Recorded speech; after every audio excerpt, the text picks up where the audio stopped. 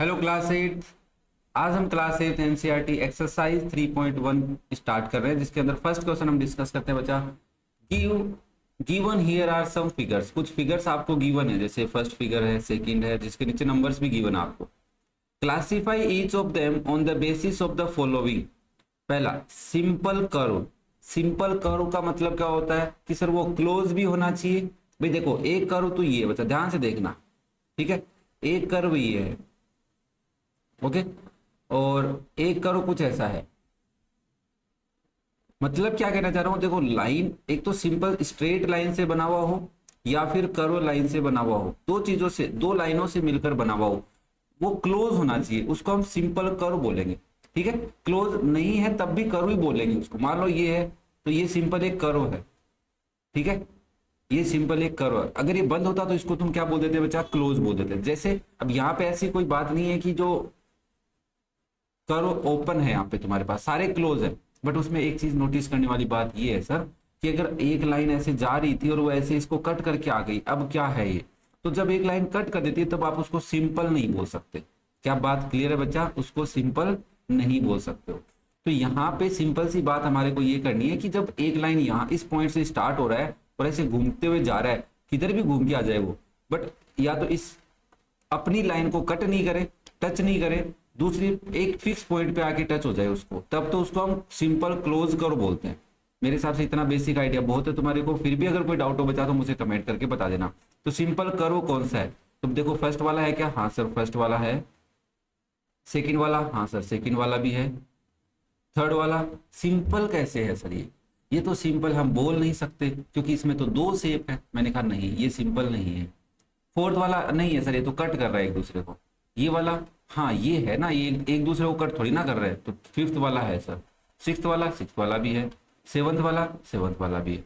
तो ए का आंसर कौन कौन है, ए का है 1, 2, 5, 6 and 7। These are simple curves. क्या बात क्लियर है भाई। अगर फिर भी बच्चा, मैं तुम्हें फिर कह रहा हूं, अगर कोई डाउट है तो मुझे कमेंट करके जरूर बताना कि सर मुझे डाउट आया था, आपने जो बात बताई थी उससे मैं सेटिस्फाई नहीं हो पाया हूं। कोई दिक्कत नहीं है बच्चा।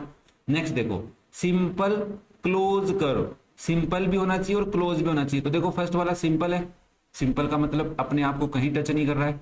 सेकंड वाला भी सिंपल है, थर्ड वाला सिंपल नहीं है, फोर्थ वाला भी सिंपल नहीं है, फिफ्थ वाला क्लोज भी है, साथ में मैं ये भी देख रहा हूँ क्लोज भी है, सिक्स्थ वाला भी है, सेवंथ वाला भी है। अगर तुम्हें ऐसा मिल जाता कहीं पे तो ये सिंपल तो है बट ये क्लोज नहीं है। क्या बात समझ में आ रही, इसको मैं इसको समझा रहा हूँ यहाँ पे। ऐसे में अगर इसको समझाऊं तो ऐसे कर देता मैं, ये लो, तो ये सिंपल तो है बट ये क्लोज नहीं है सर। इसमें भी ऐसे कुछ गैप छोड़ देते। समझ में आ रही है भाई बात। तो इसका मतलब वही के वही सारे फर्स्ट वाले क्वेश्चन के सारे पार्ट क्या हैं, सेकंड के आंसर भी हैं। तो आप बी का पार्ट में आंसर कौन लिखोगे, 1, 2, 5, 6 और 7। नेक्स्ट देखो सी पार्ट, पॉलीगन। पॉलीगन क्या होता है सर, देखो क्लोज होना चाहिए और लाइन सेगमेंट से बना हुआ होना चाहिए। देखो ये वाला नहीं है, ये वाला भी नहीं है, इसमें तो सर्कुलर पार्ट दिख रहा है, ये भी नहीं है। अब तुम कहोगे ये है क्या, मैंने कहा ये सिंपल नहीं है ना। अरे एक दूसरे को कट नहीं करना चाहिए ना, तो ये तो नहीं है। ओके, तो ये है क्या, नहीं है, ये तो वैसे ही नहीं है। ये दो हैं बचे, क्योंकि इनमें एक दूसरे को कट भी नहीं कर रहे हैं और ओनली लाइन सेगमेंट से मिलकर बने हुए हैं। क्या बात क्लियर हो रही है रे बाबा। हाँ सर ठीक है, वेरी गुड वेरी गुड। अब सुनो, उसने कहा कॉन्वेक्स पॉलीगन बताइए। कॉन्वेक्स पॉलीगन कौन से होते हैं सर, कॉन्वेक्स पॉलीगन की डेफिनेशन दो तरीके से हमें डिफाइन की गई है। पहली ये कि एक क्लोज शेप होनी चाहिए, उस शेप के अंदर मान लो हमने ये बनाया ट्राइंगल, इस ट्राइंगल के अंदर अगर मैं किसी भी वर्टेक्स को देखूं या उसके इंटीरियर एंगल्स को देखूं, क्या देखूं, पहले मैं एंगल्स के हिसाब से बता रहा हूं। अगर आप उसके इंटीरियर एंगल देख रहे हैं और इंटीरियर एंगल सभी के सभी 180 से छोटे हैं, कितने हैं, 180 से छोटे हैं, less than 180, all interior angles are less than 180 degree, it is known as convex polygon. और अगर ग्रेटर देन मिलेगा, जैसे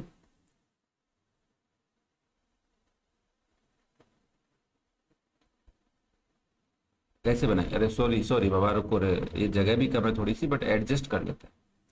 जैसे ये वाला है ना, ये रहा, ये देखो अंदर का एंगल इसका 180 से बड़ा है, हाँ सर, तो ये कॉन्वेक्स नहीं है। तो इसका मतलब only this one is convex. तो डी पार्ट में आप 2 का आंसर बताओगे, ओनली 2 शेप नंबर 2। बाकी कॉनकेव कौन सा है, कॉनकेव फर्स्ट वाला है सर, क्योंकि इसका एंगल 180 से बड़ा है। अब दूसरा रीजन सुनो, अगर आप किसी दो पॉइंटों को ज्वाइन करते हैं, किसी दो वर्टेक्स को ज्वाइन करते हैं पॉलीगन की, और वो एक लाइन बाहर आ जाए शेप से बाहर, ये शेप थी, शेप के बाहर आ गया है, क्या बात समझ में आ रही, बाहर आ गया, इसमें आप किन्हीं भी दो पॉइंटों को ज्वाइन करोगे वो लाइन अंदर ही रहेगी, बाहर नहीं आएगी। क्लियर है ना, ये थोड़ी सी मेरी तो बाहर आ गई, मतलब समझ लो, भावनाओं को समझो रे बाबा, भावनाओं को। हाँ ये देखो ऐसे कर लो, अब ठीक है, देखो अंदर ही है ना दोनों, बट इसकी अगर मैं लाइंस को ज्वाइन कर रहा हूँ तो बाहर जा रही है, कुछ अंदर भी आ रही है, ऐसा नहीं कुछ अंदर नहीं, बट अगर बाहर जा रही है तो वो कॉनकेव हो जाता है। ज्यादा लेटर है तो बाहर वाला बड़ा है ना, बड़ा कॉनकेव बड़ा, मतलब एंगल बड़ा होना चाहिए। कॉन्वेक्स में कम लेटर है तो एंगल छोटा। तो मेरे हिसाब से ये क्वेश्चन आपको समझ में आ गया होगा बच्चा।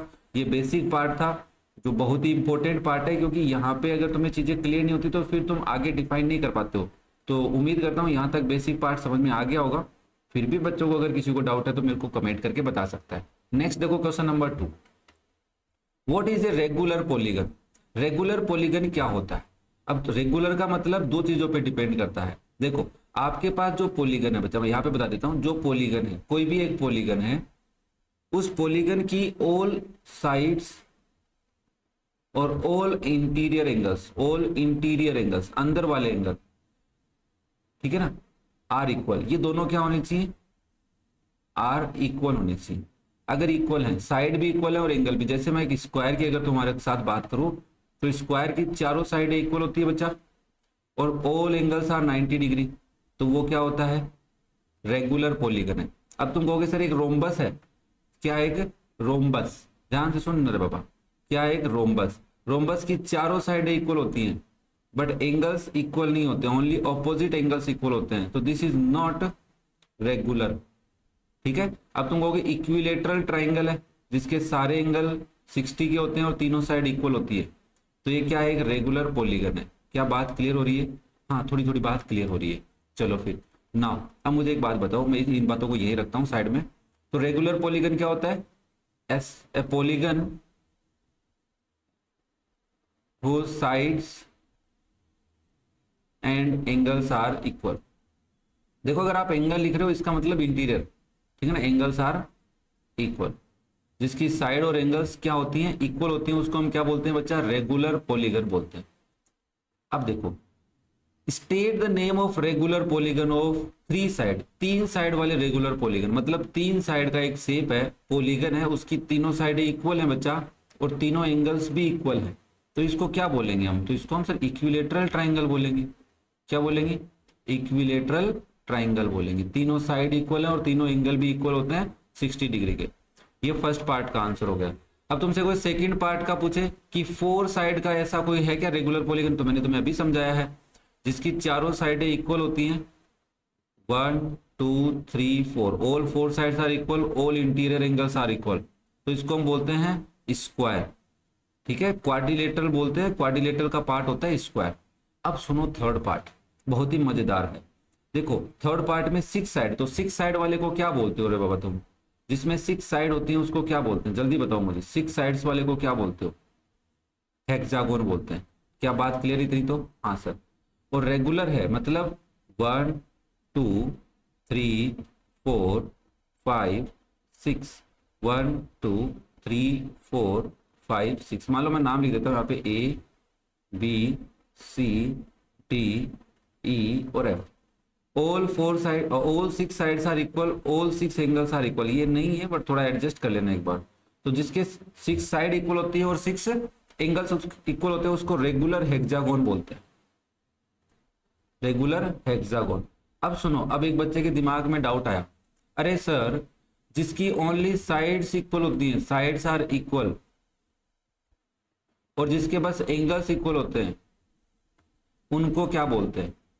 ठीक है, जिसकी सिर्फ साइड्स इक्वल है, ऐसी एक से जिसकी चारों साइड इक्वल हो, पांचों साइड इक्वल हो बट एंगल इक्वल नहीं होते हैं, तो उसको क्या बोलते हैं, है ना। और जिसकी एंगल्स इक्वल होते हैं, साइड्स इक्वल नहीं होते, उसको क्या बोलते हैं, तो इसको बोलते हैं इक्वी एंगुलर, इक्वी एंगुलर, और इसको बोलते हैं इक्विलेटरल।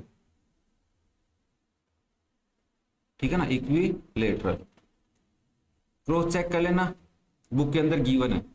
अगर तुम्हें इस कॉन्सेप्ट के अंदर और इस पूरी एक्सरसाइज के किसी भी क्वेश्चन में दिक्कत आई हो तो कमेंट करके बता सकते हो, आपके अनुसार आपके लिए हमेशा तैयार है।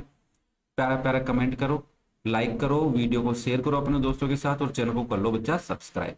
Thank you.